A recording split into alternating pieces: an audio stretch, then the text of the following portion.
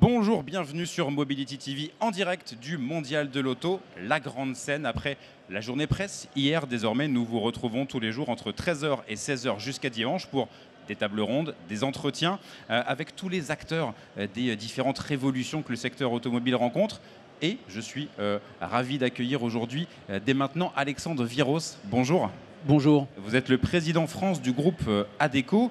Et ce que l'on va voir avec vous, c'est que, évidemment, l'emploi, la formation, ce sont des enjeux majeurs pour la filière automobile en ce moment, avec des voitures qui deviennent électriques, de plus en plus connectées, automatisées. Il faut transformer les métiers du secteur automobile.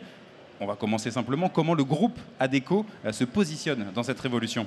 Alors, le groupe ADECO est un grand partenaire du secteur automobile, je dirais d'abord parce que quand on parle d'emploi, on se considère comme, les anglo-saxons diraient, un enabler, un facilitateur des grandes mutations industrielles, mais aussi du succès industriel, parce qu'il faut à la fois recruter, former, mais aussi assurer des trajectoires professionnelles. Il y a un deuxième point qui est un peu méconnu du grand public, c'est la variété d'activités du groupe ADECO. Vous nous connaissez, on nous connaît au travers de l'intérim, bien entendu. On est connu également, mais peut-être moins sur la dimension de conseil en ressources humaines. Et là, on est dans un secteur, sinon le secteur qui connaîtra les plus grandes transformations devant lui. Puis troisième point, qui est là un changement stratégique, une innovation stratégique du groupe. On se positionne très fortement sur les métiers de l'ingénierie et en particulier dans l'automobile via notre filiale qui s'appelle Acodis. Mais en matière de chiffres, rien qu'en France, c'est près de 10 000 consultants d'Acodis, donc qui fait de l'ingénierie, qui sont dans notre groupe au travers d'acquisitions que nous avons faites et qui sont très puissantes dans la modernisation du secteur. Donc RH, conseil RH, ingénierie. Donc Acodis, effectivement, c'était AK Technologies avant le rachat par le groupe ADECO avec, effectivement, vous l'avez dit, cette expertise sur l'automobile, avec toutes ces facettes, ces différentes filiales du groupe ADECO. Comment on arrive à accompagner pour faire passer les compétences nouvelles, notamment sur l'électrification. C'est évidemment la révolution qui traverse le secteur automobile, que ce soit sur tous les métiers. On peut rester d'ailleurs sur l'ingénierie, par exemple, et de manière plus large, comment vous accompagnez ces changements ?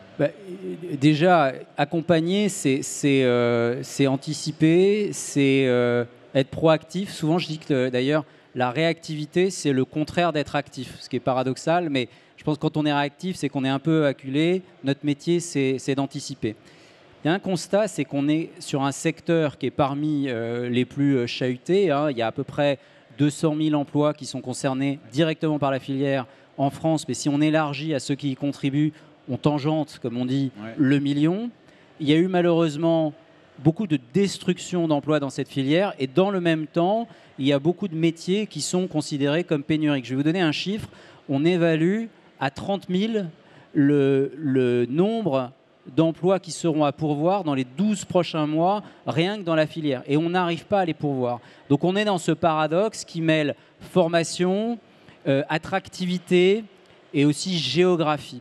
Alors comment on fait ? Si on n'y arrive pas, c'est parce qu'il n'y a peut-être pas assez de formation. Qu'est-ce qui est le plus urgent ? Si on n'y arrive pas, je pense qu'il y a attractivité. Je pense qu'il faut faire comprendre l'attractivité de ces nouveaux métiers. Je pense qu'il faut aussi beaucoup de formation. Il faut également beaucoup d'accompagnement pour les personnes, notamment qui sont sur les chaînes de production, en disant en fait le métier change et ça peut être une bonne nouvelle. C'est pas simplement une mauvaise nouvelle. Il y a une part de renoncement et ça fait partie de la partie accompagnement, mais il faut qu'on soit également dans l'anticipation. Donc tout ça, c'est le métier du groupe ADECO et notre groupe tel que moi je veux qu'on le conçoive, c'est qu'on soit pas simplement fournisseur de solutions en ressources humaines, mais acteur des transformations, pour employer un terme un peu savant et à la mode, au même titre que les sociétés de technologie. Si on prend une chaîne automobile, Acodis, via ses ingénieurs, est en situation de repenser les moteurs.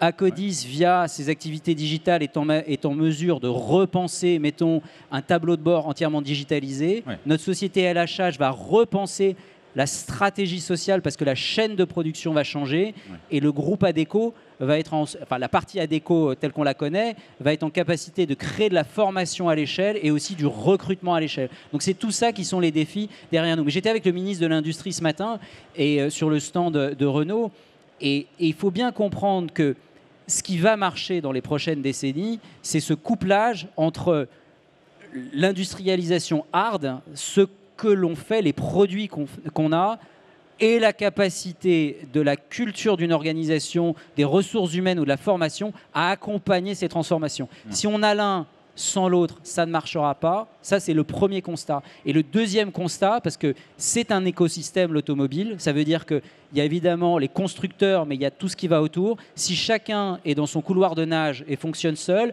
eh ben, on aura un problème un peu structurel, parce que le leadership en solo, en fait, ça ne veut rien dire. Donc il va falloir travailler en écosystème. Et c'est ça qu'on fait. On peut revenir sur justement ce qui s'est passé sur le stand de Renault ce matin. Vous l'avez dit en présence de Roland Lescure, ministre en charge de l'industrie.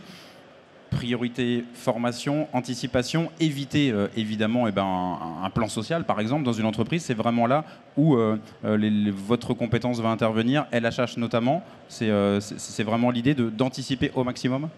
Oui, c'est anticiper, donc c'est pas juste éviter, c'est créer un certain nombre de solutions positives. Ce matin, on a annoncé avec le ministre la création d'une association entre le groupe Renault et nous-mêmes qui s'appelle Auto-Adhère. Et l'idée, juste pour reposer un peu concrètement la façon dont ça s'est passé, Luca De Meo a dit il faut qu'on puisse anticiper ces grandes transformations, elles sont devant nous. Et forcément, ça a résonné chez nous pour plein de raisons, en se disant c'est quand même notre métier d'anticiper. On n'est pas juste là pour être dans une dimension curative, il faut être dans une dimension préventive. Si on est un peu sensible à ces sujets industriels, on peut se dire qu'à certains endroits, les cicatrices, par exemple, de la fermeture des mines ne sont pas refermées aujourd'hui, 40 ans après, y compris avec les risques démocratiques qu'on sait. Donc comment est-ce qu'on crée une situation pour que d'un changement qui semble subi, on arrive à quelque chose qui soit positif et qui soit, je dirais, qui nous permette de construire l'avenir pour les personnes concernées, pour le bassin d'emploi concerné, pour la France et pour l'Europe en général. Et donc on a construit ensemble cette association qui a la particularité, d'être dans l'anticipation, dans le temps long, mais le temps long, ça se prépare dans l'urgence de maintenant. Il sera trop tard si on se réveille au moment où ça s'impose à nous. Et deuxièmement, de réfléchir, encore une fois, dans un écosystème, y compris de fournisseurs, donc ceux qu'on appelle de rang 2 ou 3, en se disant, bah voilà, comment est-ce qu'on est tous ensemble embarqués dans cette aventure, et pas simplement, je dirais, ponctuellement avec nos intérêts bien compris, puis finalement on fait comme s'il n'y avait pas d'extérieur.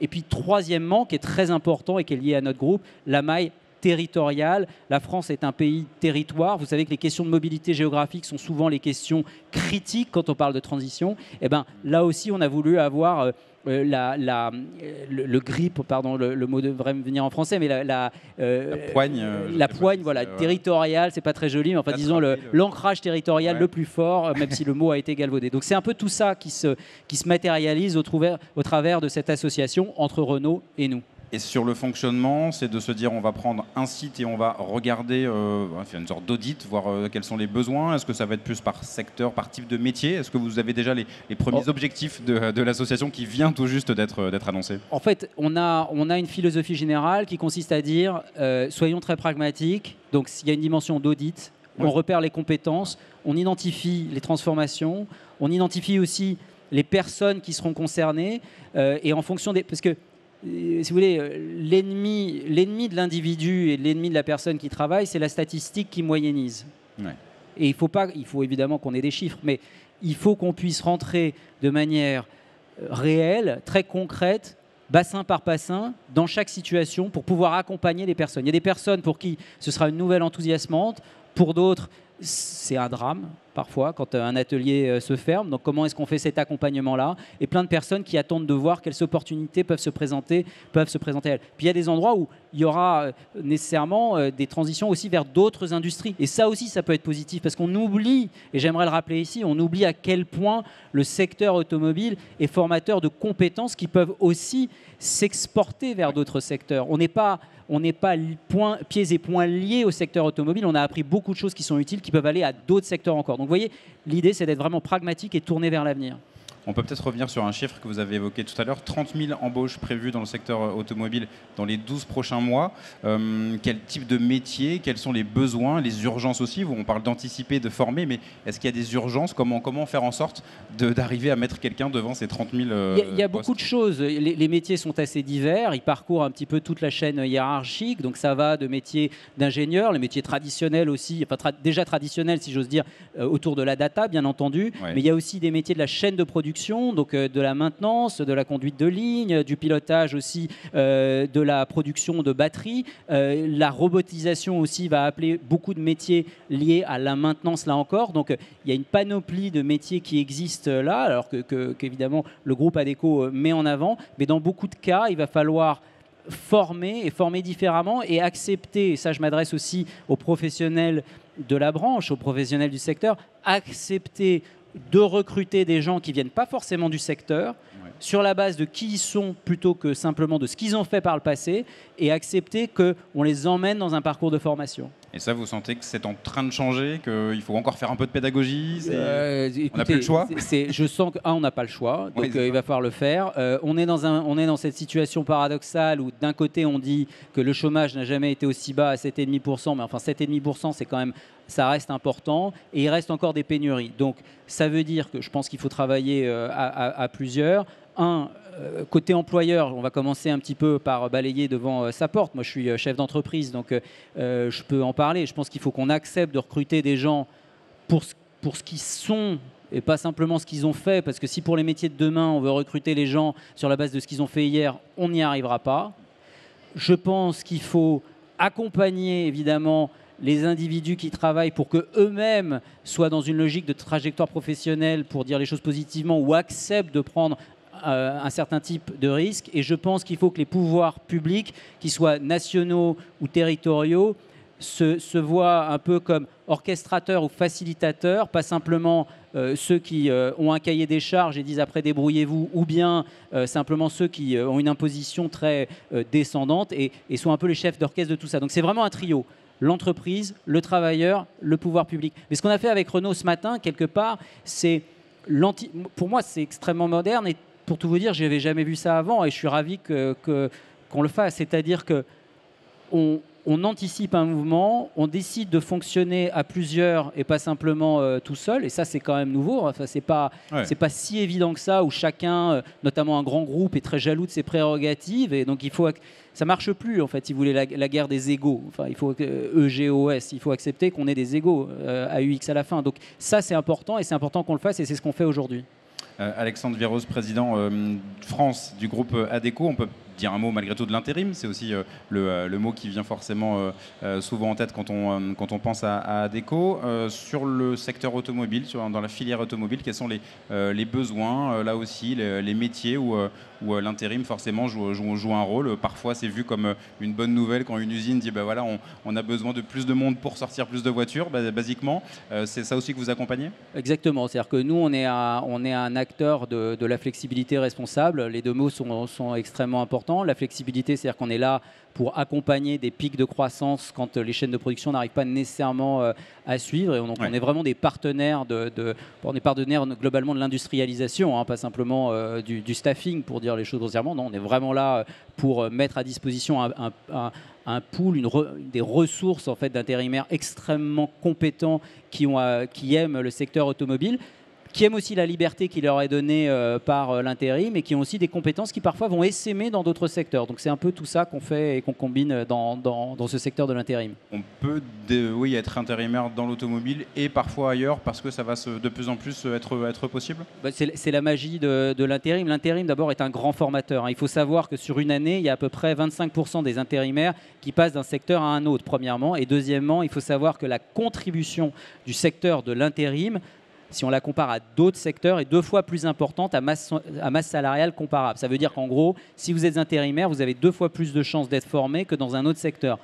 Pourquoi? Parce qu'on accompagne les trajectoires de nos intérimaires. Et ça, je dirais que c'est un dispositif pour être familier qui est absolument canon pour l'intérimaire lui-même, parce que ça veut dire que vous avez un métier, et avoir un métier, c'est avoir du pouvoir d'achat, donc vous avez ça, mais vous avez aussi de l'employabilité. Ça veut dire que vous n'êtes pas collé à une situation ou une industrie, vous avez la maîtrise de votre destin. Merci à vous, Alexandre Viros, d'être venu sur notre plateau ici sur la grande scène Mobility TV. Je rappelle que vous êtes le président France du groupe ADECO. On a parlé emploi, formation, anticipation.